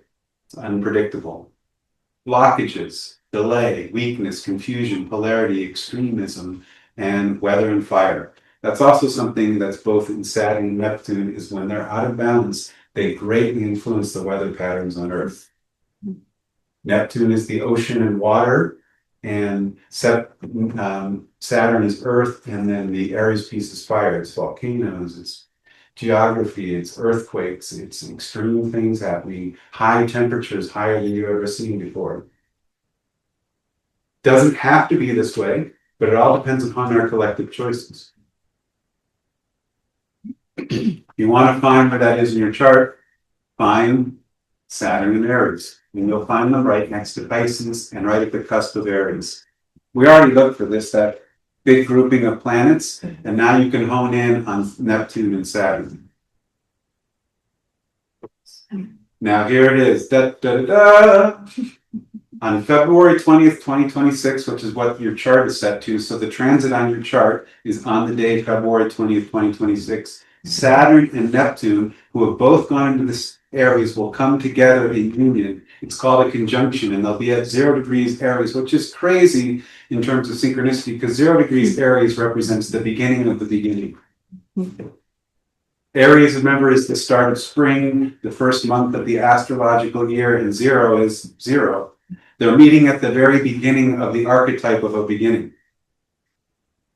And so this is a possible huge reset for the energy on the planet. It doesn't mean that reset means suddenly it's wonderful, but it means it's like there's a chance that the ground is fertile, and those who know this can put the intention into the field to create amazing things. If you're not creating in these next few years, you're missing out on helping the collective and yourself. The etheric net, the energy, the field right now is extraordinarily ripe this coming year.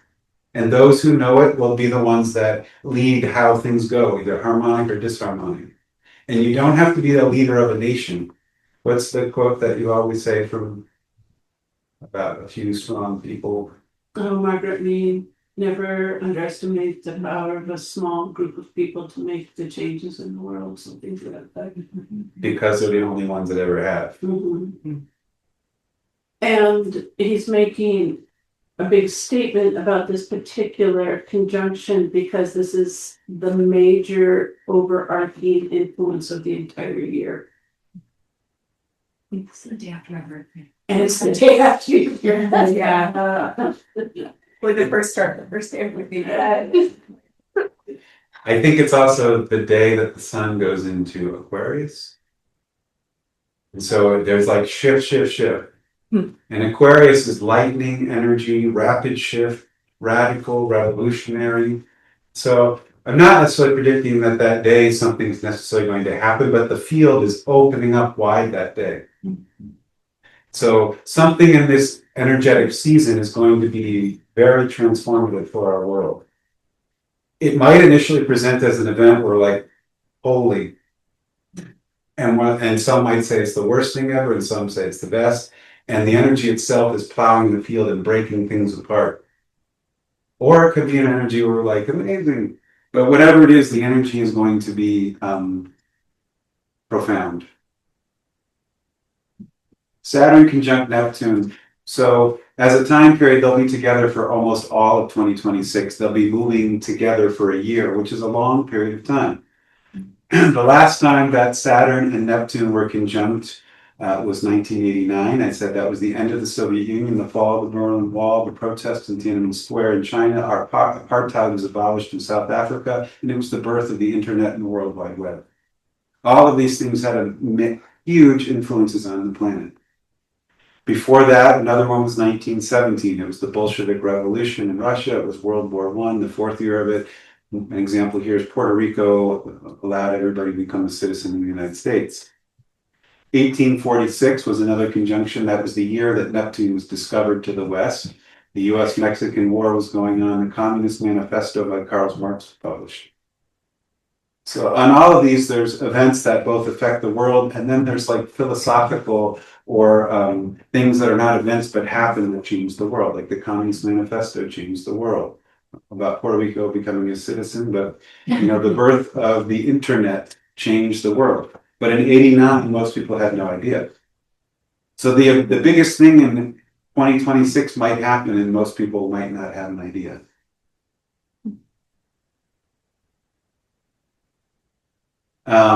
So this is a 165-year cycle for Neptune. It starts a new cycle for Saturn, which is 30 years. And then Saturn and Neptune will come together in another 35 to 37 years. So this energy is cycles of 30 and even greater cycles of time unfolding. So if you're like, well, it's all 2026, you're seeing the start of something spiraling out bigger. Skip that. You already found Saturn and Neptune in the chart. This conjunction, so we've talked about them separately, can have a lot to do with light and intuition and self-empowerment. I used to quote, I don't know where this comes from, God helps those who help themselves. That thing is from Aries. Aries is a sign of doing. And so it's partly, I used a more biblical quote, but you can put God or intuition or spirit. Like if you are feeling and knowing something, then act on it. Follow your intuition, take charge, stand up in your life, do the things you need to do. If you don't do the things, and often we're waiting for it to happen for us, Aries says, you do it. You're the one. And lots of people say, I don't want to be the one. I want it to happen for me. Aries is that energy that says, this field is very ripe. And so it's like the Aries part is you have a seed planted in the earth. Mother Earth's going to do the rest. She's the one making that seed grow, but you have to plant it. You have to take some sort of action.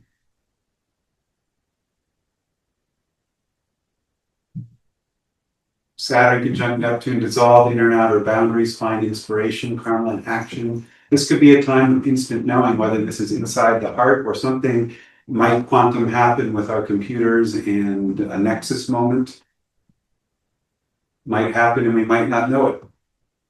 Intuition and insight, there might be wild weather this coming year, messages and communication from beyond. It also has to do with the atmosphere, cosmic weather. And I personally feel that things from the star wisdom will start to return home. What I mean by that is we might remember that we are in a galactic neighborhood of consciousness and the Earth is not the only planet with beings on it. I'm not saying there's going to be a star invasion of aliens, but the consciousness from the stars is already here, it always has been, but we will remember that it's here, it always has been. That we aren't just this lone speck of dust in the mode of sunlight hanging out in the corner of the universe and where there's probably no other consciousness. That's been the paradigm of science for the past 100 years. That sounds weird. Here was something I was telling the astrology group yesterday in the teacher training. There are over 100 billion stars in our galaxy, the Milky Way. And NASA now says each one of those stars has at least 12 planets. So that's over 1 trillion planets are in our galaxy. 1 trillion. That's one galaxy. And NASA says there are at least 1 trillion galaxies. So 1 trillion times 50 billion times 12 is something like a quintillion planets are considered to probably exist in our universe. That's a number with over 100 zeros after it. And we're told that there's probably no other intelligent life on planets with 100 zeros after them. And that's the known universe.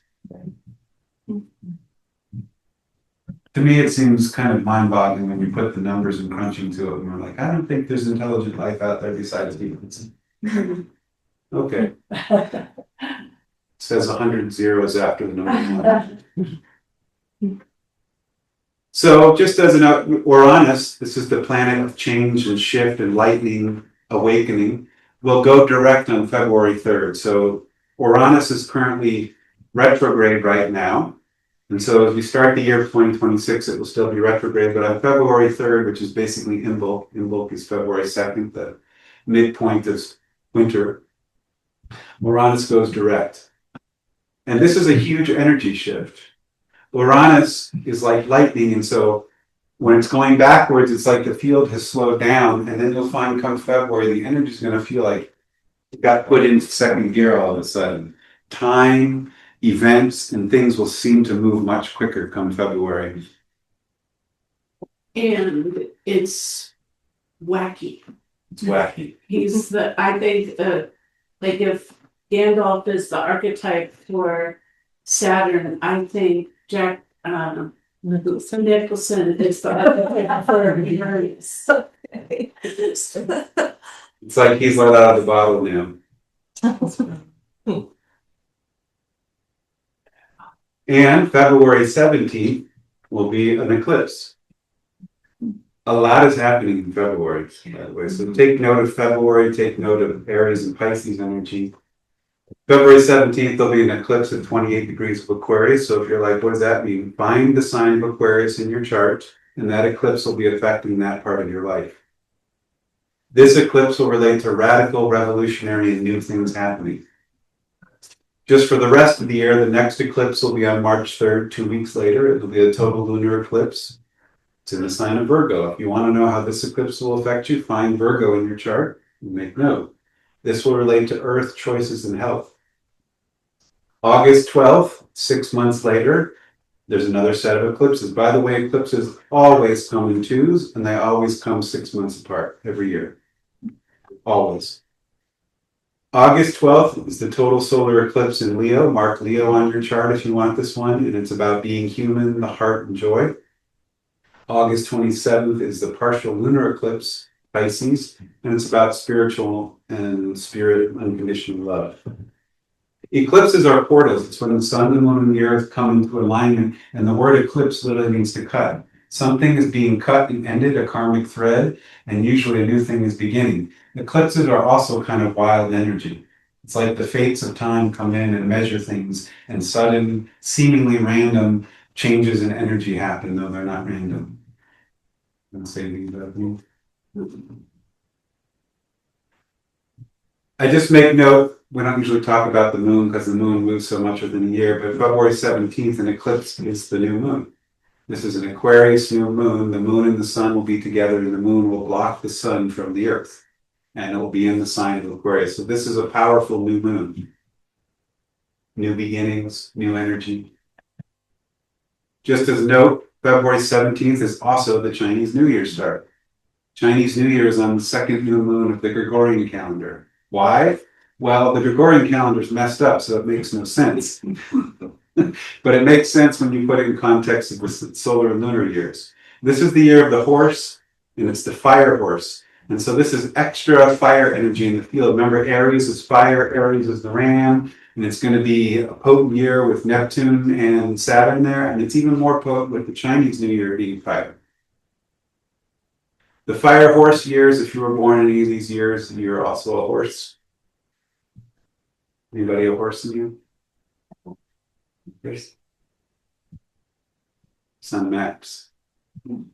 Sun.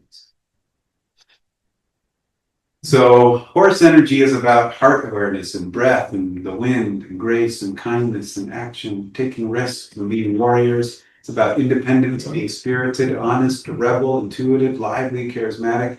These are all things that can help you know yourself if you harness these energies. It's like finding a wild horse and riding it into the heart. The fire energy is about joy and light and brightness and inspiration, enthusiasm, strength, health, positive, masculine, and taking flight. So the harmonic side of this year is, I feel this, I think there will be chaotic, wild, unstable events happening, but I think there'll also be this incredible rising of new energy and people doing amazing things. And if you watch the news, turn it off. Because it will tell you about all the things that are collapsing and falling, and they're not going to tell you about all the amazing people doing amazing things around the planet with heart inspiration. When's the last time you turned on the news and they told you about something wonderful? And then you're convinced that nothing wonderful is happening. Tune into your neighbors and ask them what they're doing. Ask the people down the street. Ask people in other places what they're doing. And they're like, I'm creating a building out of geometry. I'm coming up with a new way to plant seeds that will heal people. I'm studying Reiki. And then you watch the news and they're like, the world's going to crap. You're all screwed. But the last 9 people I talked to are doing awesome things. Which one's true? Talk to the people. In Western astrology, fire horses relate to Mars, and Mars relates to Aries. So got the cutoff on that one. Don't talk about that. Or is it general? Don't worry about those ones. Okay. You're at time. Okay. Mercury retrograde is always of importance. Oh, look, the first Mercury retrograde is in February. February is an interesting month. Mercury will be going retrograde in the sign of Pisces. And all of the retrogrades are in water signs. It's Pisces, Cancer, and Scorpio. And you know how to find them. They're the blue signs on your chart. When Mercury goes retrograde, it's not that good, but it's usually a slowdown. It's a reversal of energies. It changes our communication, our travel, and the quality of the mind. And so these are timeout periods throughout the year. Or a time where it would be best to measure twice and cut once. Not a time like you sign major contracts or do major commitment things.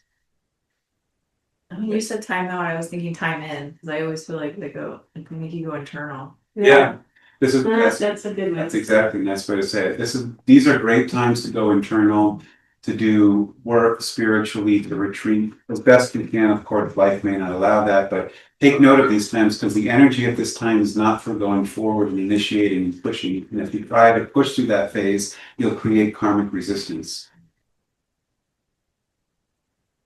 These are just Mercury energies. Mercury has to do with thinking and electricity, curiosity, transportation, mercantile exchange, communication. Manas is the Sanskrit word for the mind.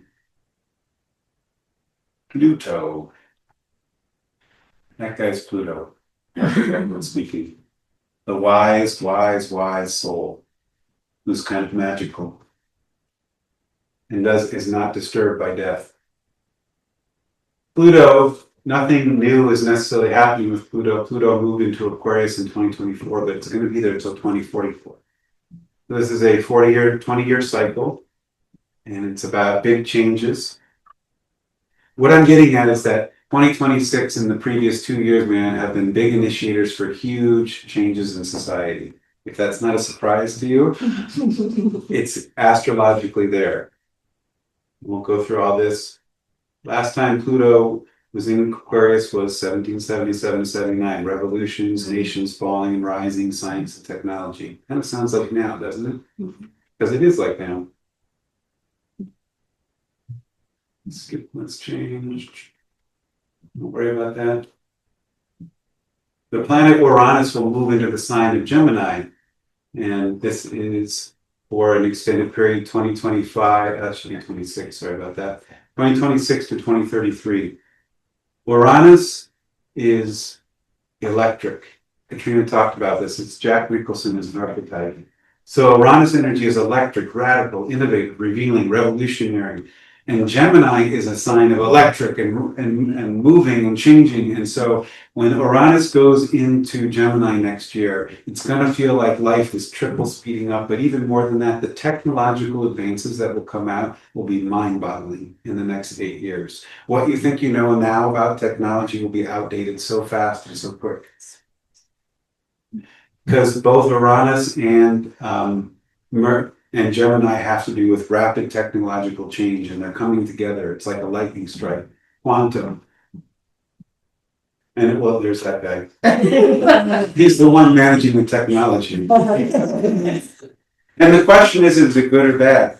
Always free will choice. Technology always comes with the potential to be harmonious and helpful, and also extraordinarily destructive. Uranus was in Taurus for the past 7 years. Taurus is an earth sign, so it slowed down this energy. So if you think the past 7 years were fast, once it goes out of earth and into the sign of air, imagine something going from earth into air.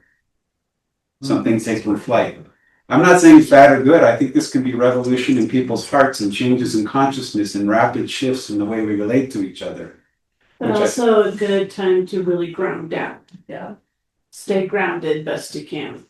But it could create some pretty shocking and awe-inspiring events on our planet, which both will create a liberation and awakening, sudden shifts. Countries could just suddenly collapse, or monetary or banking systems, or parts of the internet could dissolve. It creates a lot of instability, but the instability isn't always bad. The instability can be considered plowing of an energy so that a new thing can be planted. It will affect currency, food, energy, and innovations of technology and new relations and talents. These are previous cycles, 42 to 49, World War, and the first computers were invented last time Uranus was in Gemini. That changed the world. So this is another cycle. What time is it? 3 and 4. Okay. Talk for 5 more minutes if that's okay, if you need to go. So we covered that. Chiron. Chiron is the wounded healer, and in 2026 on June 19th, Chiron will go into Taurus. It's about 7 to 8 year cycle. It's also mirroring Uranus' 7 to 8 year cycle. And Chiron for the past 7 years has been in Aries, 2018 to 2016. Chiron Aries has been about trying to heal the masculine. And it doesn't necessarily literally mean men, but also men, but it's everybody's masculine energy, how we use the yang and free will choice in our desire and our empowerment. And that's been the theme of these years. It also brings up where the masculine is wounded, both in the culture and in the philosophy and in our own inner hearts. Where are we weak? Where are we impotent? Where are we overpowered and aggressive? Where are we fighting? Taurus is a feminine energy. So the next 7 years, 8 years are about healing the feminine and self-love. That's one of the primary energies of Taurus is self-love. It's about healing food. Taurus is about our relationship to food, like who grows it and what do we put on it, and is it sustainable, and is it for everybody? Taurus is also about wealth, and Chiron in a healing way is ways to provide universal wealth so that it's not consolidated for a few. It's earth-based and agriculture for all, and returning to eternal values, values that last the length of time and are not just for a culture or a time. Healing and wellness, financial revolution, kindness, and returning to Mother Gaia. This is the potential for these 7 years. Disharmonious is to be selfish, dishonoring the feminine, a food desert, consolidating wealth, going to artificial food, artificial intelligence, destructive earth processes, shallow and false, death and disease, financial meltdown, rage, and division of countries. Let's choose option A. Who would like to choose the other? Seems obvious. Jupiter. That's kind of Jupiter, green man / Santa / the lover of nature. Jupiter is like the masculine who has embraced the feminine and honors the earth. Jupiter will be entering into Gemini. And that will be on June 30th. Oh, sorry, let's say Leo. I made a few mistakes here. Jupiter will go into Leo, and Leo is about returning to the heart, the soul, being creative, love, dancing, cooking, singing, art, all the things that mean being human. So in a time when we're going to see radical evolution in technology and radical evolution in computing and use of technology, Jupiter will say, be human. Dance, sing, make art, cook, use your hands, be with your neighbors, look somebody eye to eye and face to face. Go to temples and go see sacred sites and work with symbols that are not made by computers. Look at stones and carvings and find the medicine for the Aquarian age. If you heard the age of Aquarius, which we're coming into now, which is like the evolution and realizing the true self, the medicine for the Aquarian age, if it goes awry, is get back to being human. Get back to being authentic and natural. And Leo and human energy is not about being perfect. The perfect is what kills it. We try and present a certain way, put a face on, I'm fine, I'm good, I'm awesome, I understand technology. No. I mean, yes, you can understand technology, but it's like be heart to heart, be honest, share your inner world, do creative things with each other, use ancient intelligence, not AI. AI works for certain things, but not for all things. Jupiter was in Cancer these previous years. I'll skip that. This is the last thing I want to get to. The great hexagon of 2026. Geometry would say that, but this is what the sky is going to look like on a certain date. Pretty wild, don't you think? This is Pluto. This is Neptune and Saturn. This is Uranus. And this is Jupiter. And the Earth is in between. And in the sky, it would be exact to the degree of these degrees of making this hexagon. Here they are here. There's Pluto. There's Neptune. There's Uranus. And there's Jupiter. Here's the hexagon. And there are these blue lines. They're creating this harmonious energy here, here. And so it's 4 perfect sextiles. All these planets will be at exactly 4 degrees of their sign. 4 degrees of Aquarius, 4 degrees of Aries, 4 degrees of Gemini, and 4 degrees of Leo. This is, I shouldn't say never, but astrologers have been searching charts. The last time this happened has been beyond 10,000 years. When is that going to happen? This will happen on July 18th to 23rd. That's the date that it's exact, but this is a field of energy that's 2 to 3 years long. I also want to point out fours, if you're into numerology, 444 is the number of angels. So I feel like there's a angelic cover on that. And the hexagon is considered one of the most stable, harmonious, life-affirming shapes in nature. Beehives make hexagons. Hexagon is a very stable, harmonious energy. So the geometry of the sky then is creating a field where lots of creative, supportive things can happen. And it's not unstable.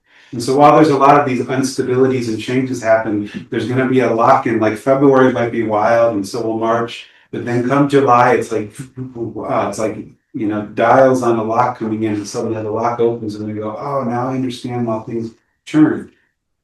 So don't be hung up on the events of February as, oh God, it's the end of the world. It might be the beginning of the world. And I think by this time, come summer, we'll see a radical shift in people's disposition towards each other. And I think it's really harmonious, supportive. It's subtle and powerful, flowing, synchronistic. Fire and air are used in a good way. It's a great time of manifestation and creating. The Pluto-Neptune sextile, like these two will be doing it for 2 to 3 years. So it's like, bring the Bob back. Neptune is like being in love and in the heart. And Pluto is about the soul. And so it's about magic and mysticism and otherworldly and shifts in time and space and art. And change happens harmoniously. All change doesn't have to be chaotic and dissonant. There's faith and trust coming back and intuition, acceptance. It's the ever true, creative, dharma, dream, know thyself. Love everybody. It's a good energy to help us remember how to be loved. And that Jupiter and Leo is like deep human and dance and create. I think we'll see a revolution where while AI and technology are going wild, people go, I like creating with my hands again. I like farming. I like cooking meals for people. I like creating a temple where we can come and pray and dance and sing. You'll see so much of that coming up, all these nodes of people doing amazing things, and it's human to human. It's not that we're denying technology. We'll use technology to help us, but it's not like I'll have AI write my paper. It's like, I'm going to write a song. The last time this happened was in the 80s and the 70s and the 50s. Bring back the Bob. Bob is the Sanskrit word for spirit and celebrate and devote. Just was a lot of bees, so I thought it was good. This is similar energy. This is part of that hexagon, but Uranus will trine Pluto for 3 years. This is also change and upheaval, transformation, revelation, and radical.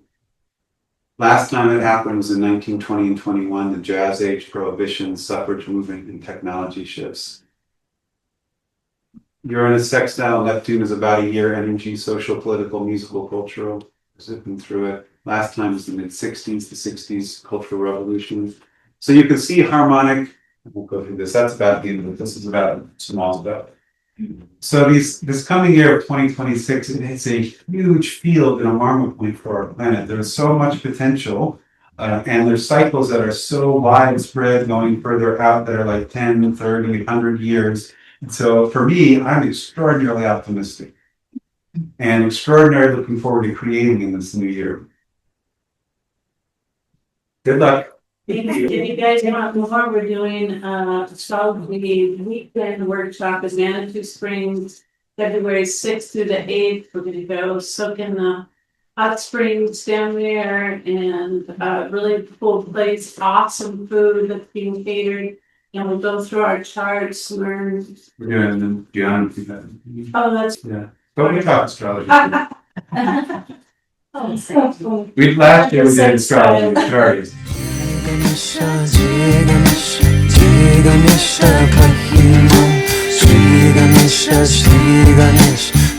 Ganesha